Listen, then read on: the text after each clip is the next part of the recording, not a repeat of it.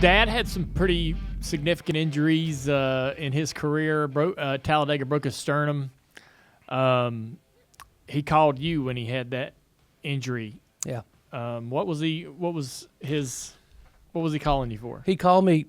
It was a CBS race, so I wasn't there, and I didn't see the race because they went off the air for some kind of deal with a technical problem. But he gets home and he calls me and says, "Hey, I got hurt." I said, "Yeah." He said, "What are you doing tomorrow?" I said, "Probably looking at you, I guess." Because I ran the ER, so I said, "I'll change the schedule." He said, "Well, how about you getting me in to see Terry Trammell up in Indianapolis?" I said, "Let's go." And so I went with him. We got on the plane, went up to see Trammell, and I could tell he was hurt. He broke his collarbone here, left collarbone, right next to the breastbone. The sternum is the breastbone, yeah. And we got X-rays up there, and the sternum is overlapped to about an inch. So there's a sharp overlap where it's broken here in the middle, and the collarbone's broken. So Trammell does the X-rays, and Dale's sitting there, and Teresa's sitting there, and Trammell looks at me and he says, "Hey, you need to tell this guy what the deal is here. If you hit something with this broken like that, first of all, you can't take a deep breath. You can't move your left arm." So he said, "Dale, this is going to take time to heal."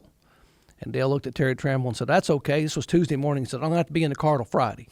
It's for the Brickyard. Yeah. So then I he adamant he's going to try to drive the car to the Brickyard. So I'm working to try to find a way to, can't give him medicine, can't give him pain medicine in the car. So I'm trying to find a way to control the pain, even though it's unstable and he can't breathe, can't shave, can't do anything with his left arm. So I got a buddy of mine at the Tampa Bay Buccaneers and sent me a TENS unit, a transcutaneous nerve stimulator. It looked like a small heating pad that I put over the fracture site, and I could dial it up. So I get to Indianapolis early, and I go in the bus, and I put it on. I'm dialing it up, and his muscles are all doing this, And so I said, "You feel the pain?" "I don't feel it." He said, "But it's like a butt." I said, "We're going to kind of control it." So he goes over. I'm getting ready to go do a ESPN practice show. So I go get my gear on. And I said, "I'll come over to the car in a minute." So I go over there, and he's in the car. He finally was able to get in the car, but nobody wants to put the belts on him. And so David Smith, Will Lynn, those guys, he said, "You got to put the belts on him." So he's sitting there. So I reached down in the car. I said, "You ready for this?" And so I put my hand on the clavicle, and I said, "I'm going to push. You're going to hear this loud click, which is where the bones are going back together. And I'm going to grab that shoulder strap, and I'm going to tug it real hard." And I did it. He went, "Ugh," like that, And I said, "You all right?" He said, and so I said, "Now," He said, I said, "Don't hit anything like that." And he said, "All right, I got that." So anyway, long story short, we all know how he had to get out of the car there. But this actually makes me wonder, did you really want him in that car to begin with? No, but I mean, it wasn't my call. I know it wasn't your call, but did you ever try to tell him, did you ever make him want to consider getting out of the car?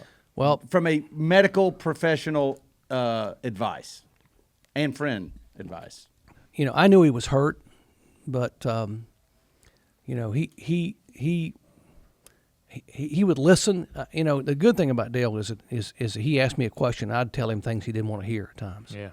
And everybody else would tell him things he wanted to hear, and that was probably a part of our respect factor we had. But that thing about getting out of the car, that was a week later. He got out of the car at Watkins at Indianapolis at the Brickyard. Brickyard. Right. He was so emotional.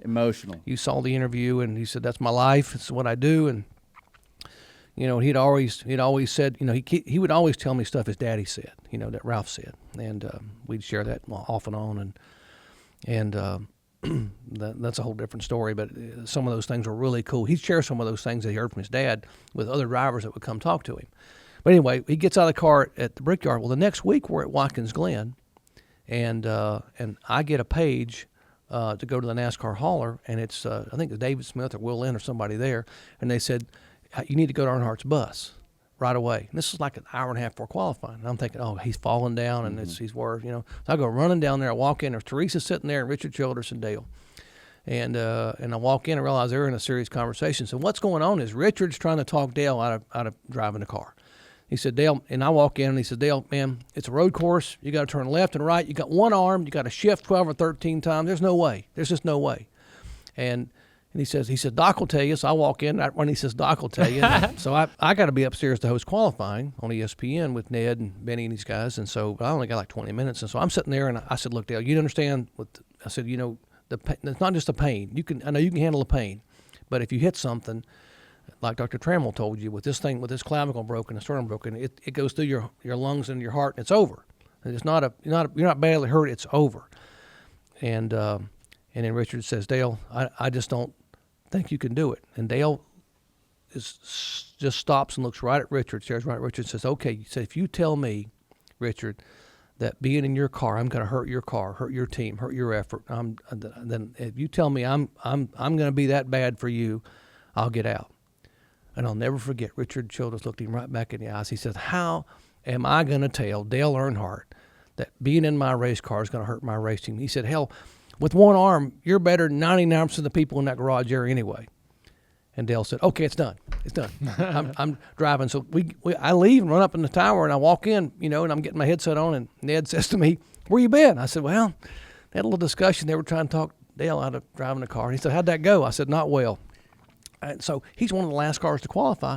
He goes out to qualify, and I'm calling the qualifying lap. I'm already emotional. I'm scared to death for the guy. And he goes out and sets a new track record and puts it on the pole. That's that "Hurt So Good," the T-shirts they made. It hurt so good. And one-armed, because see what happened was they doubted him. Richard and those guys are saying, "You can't do it, you can't do it." And he went out there, one arm, shifting. He couldn't use his left arm. He was literally using his legs against the steering wheel, and holding it and turning it in the corner. Late apexing probably is what made him so fast, because he had to wait to get back to the steering wheel to turn it. But anyway, he sets on the pole. And I mean, I could hardly, if you listen to the broadcast, I can hardly talk. I said, not only is he on the pole, but it's a brand new track record. It had been sitting for 4 or 5 years. Nobody had touched it.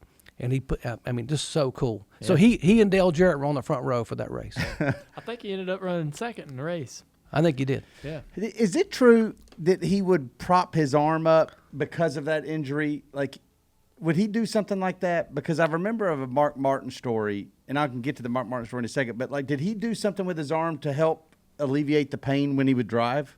I don't know, because actually the collarbone was on the left. It was on the left side. So I don't know.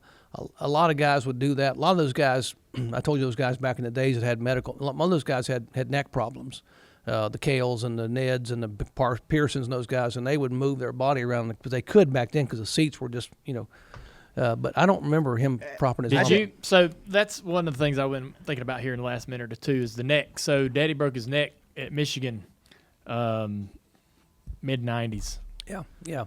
We had Larry Mack on the show a couple weeks ago, and Larry was talking about how Dad didn't manage that injury, or didn't get the work done he needed to get that fixed. You're aware? Did he ever call you during that episode? Because this is like a 3-4 year period where he broke his neck, didn't tell anybody.